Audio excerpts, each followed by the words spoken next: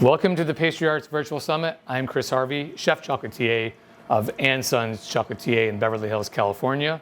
We don't just make chocolate at Sons, we make sugar candies as well. So one of our feature and favorite recipes that we make in the Sons kitchen is the salted butter caramel using Boiron passion fruit puree and Boiron mango puree.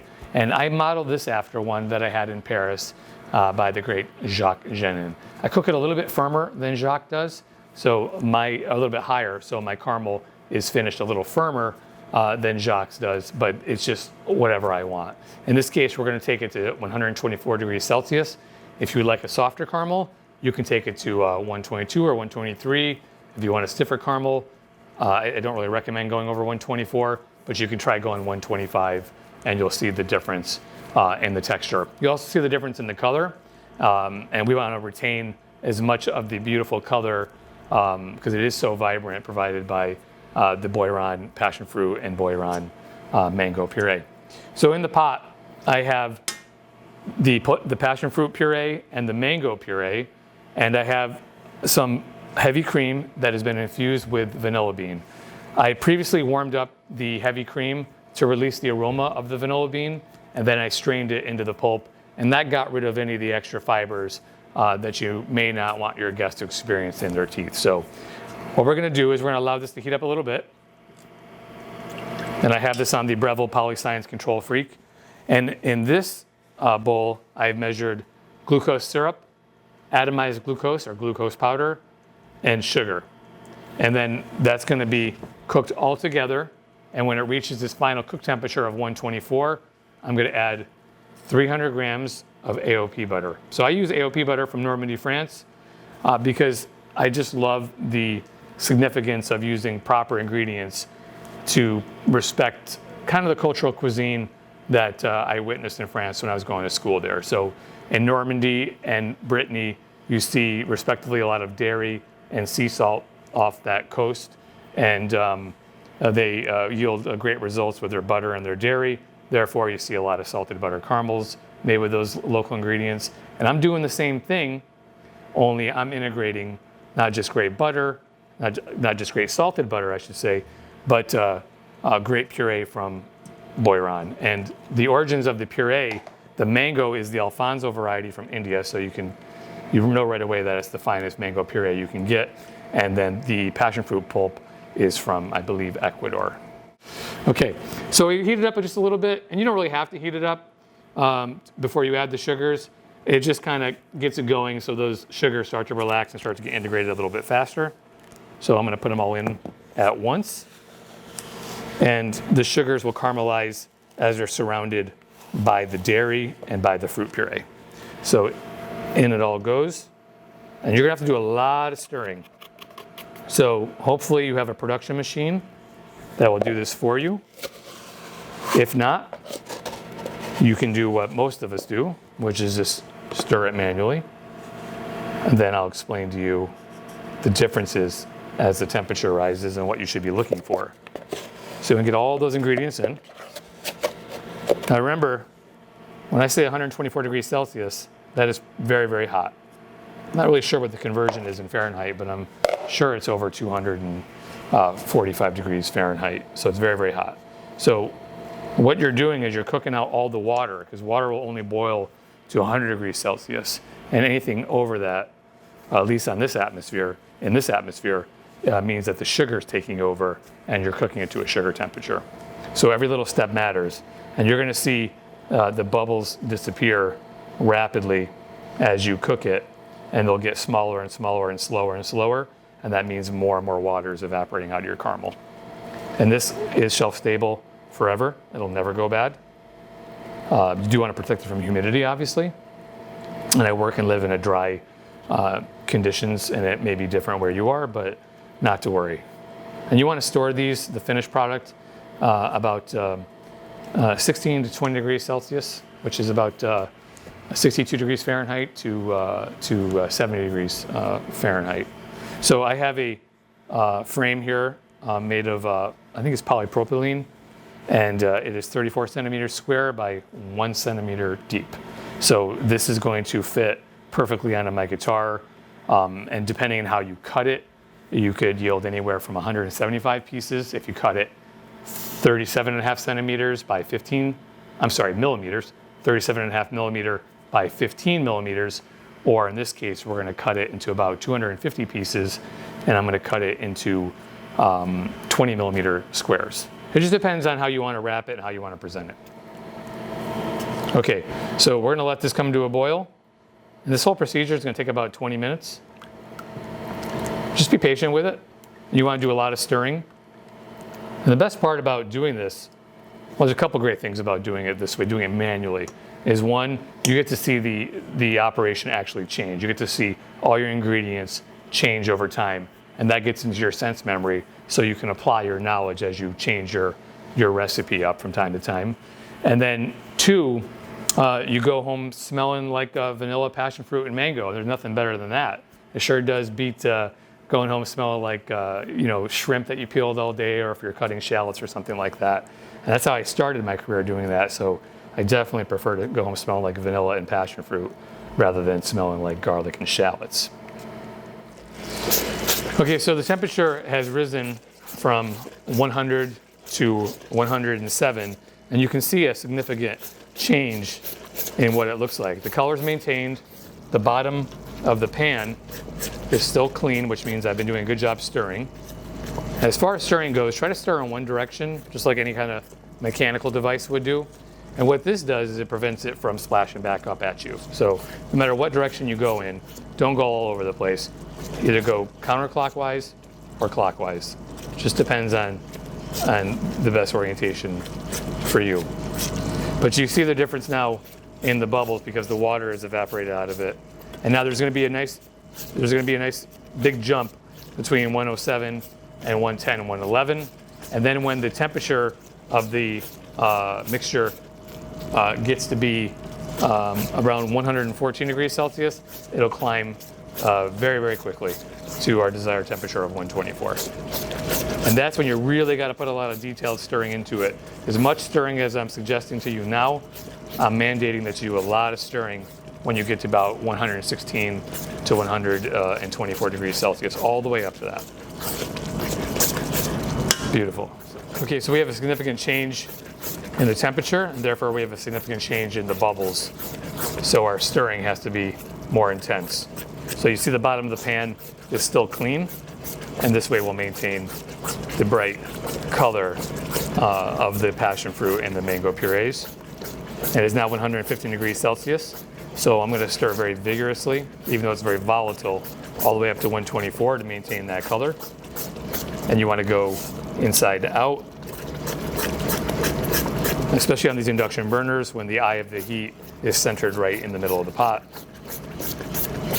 Make sure that you get an accurate reading of your thermometer by stirring outside in and constantly. And this, again, want to use a high heat thermometer. High heat spatula. And also this is, now that it's 115 degrees Celsius, it is going to go to 124 very, very rapidly. And the reason that is because sugar is a carbohydrate, and carbohydrates are a form of energy. So it's like the ball rolling downhill, that it picks up speed and it picks up energy. This is the same thing. The water evaporates and it goes out, and the temperature goes up, and that's where our sugar temperature we're looking for. Okay, 117. And then you get used to seeing the visual as well, okay? So, rely on your technology, that's important. Have a great thermometer. Better yet, have the Beverly Hills Control Freak. But also, pay attention to what you're doing. And then as you make these and as you adapt to these, you'll have an idea of what you're looking for and what you're looking at. And you can make another recipe simply by adapting a different puree for this. So if you wanted to make this into a raspberry vanilla bean caramel, you can add the exact same amount of puree, which is 750 grams, into this recipe. So you'll do 750 grams of raspberry puree in lieu of the 500 grams of passion fruit puree and the 250 grams of mango puree. But one thing that you do want to change is the temperature, because they're different fruits and they have different amounts of sugar in them, whereas the raspberry has quite a bit more sugar already in it naturally, as opposed to the passion fruit puree. So we're at 120 degrees Celsius. And that temperature for the raspberry salted butter caramel, you want to go to 122 degrees Celsius. So 122 as opposed to 124.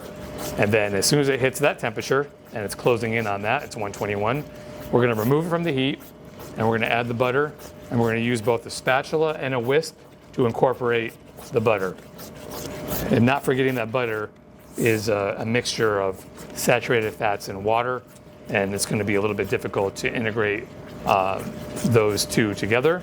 But with the help of the spatula and the whisk, we should be just fine. Okay, so it's 123. You can see how fast that was. It was just a matter of minutes from 116 degrees Celsius up to 123. Again, if you wanted to stop here, you could. You're going to have a softer caramel. It's going to be a little bit more difficult to wrap. And you can cut this at room temperature. Okay, 124. Okay, so I'm going to take this off the heat. Now, turn this off. And in goes the butter.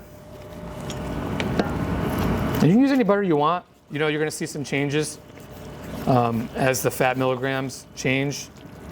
But you'll have to adapt to whatever butter and dairy cream that you have in your area. And that's the thing that'll change from region to region. Okay, so you see that the water is separating from the caramel. So we're going to integrate it with the whisk now. And being careful, because it is still very, very dangerous and can cause some burns on your skin. So never worth it. Make sure your butter's at room temperature.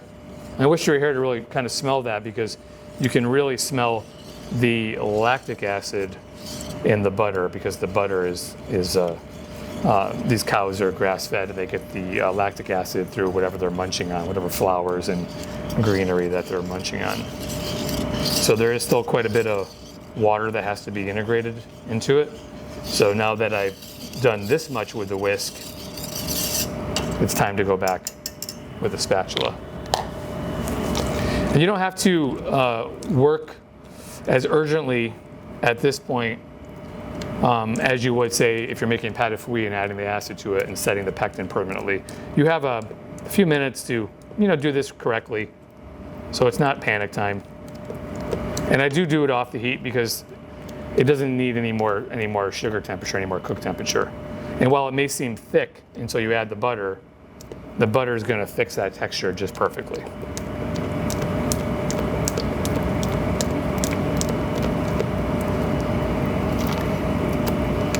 Okay, so I'm going to go back with a whisk. Lift up the pot. There we go.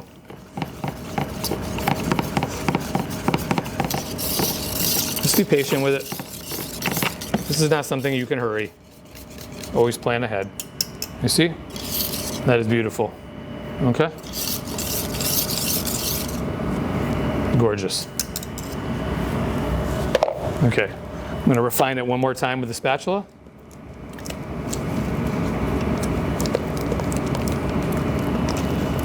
Okay, and now the frame, which we previously greased with pan primer, it's ready to take the caramel.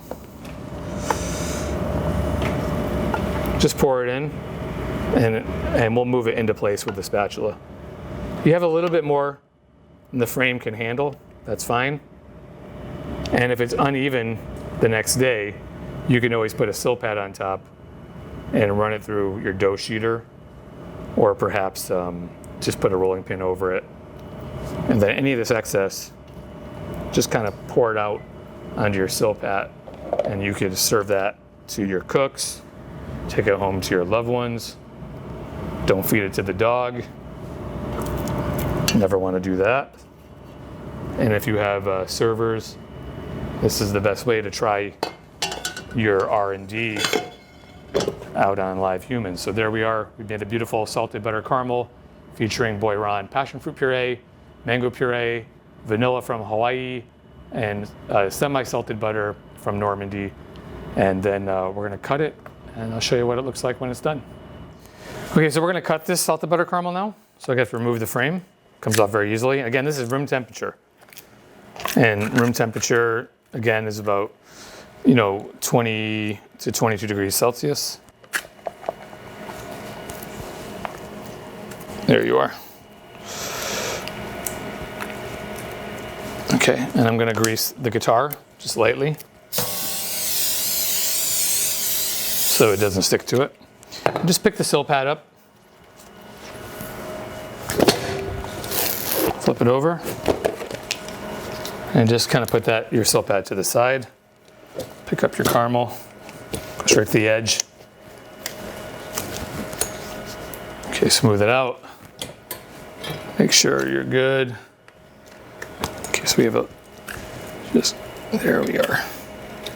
If you don't have a guitar, you're going to be cutting it by hand with a ruler. I remember those days when I used to do that. Thank goodness they're over. There you are. Okay, so this would be waste right here. Again, save that for your significant other. Bring it home to your family, and then off comes the caramel.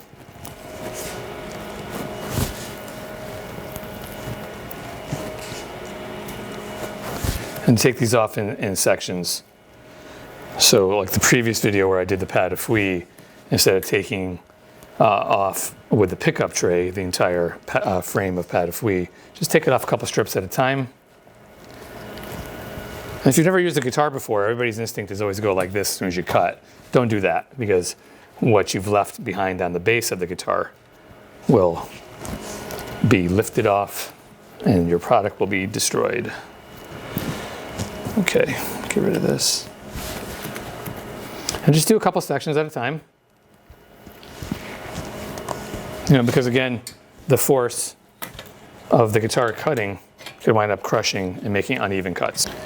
Okay, so put your caramel back on, put your guitar, line it up.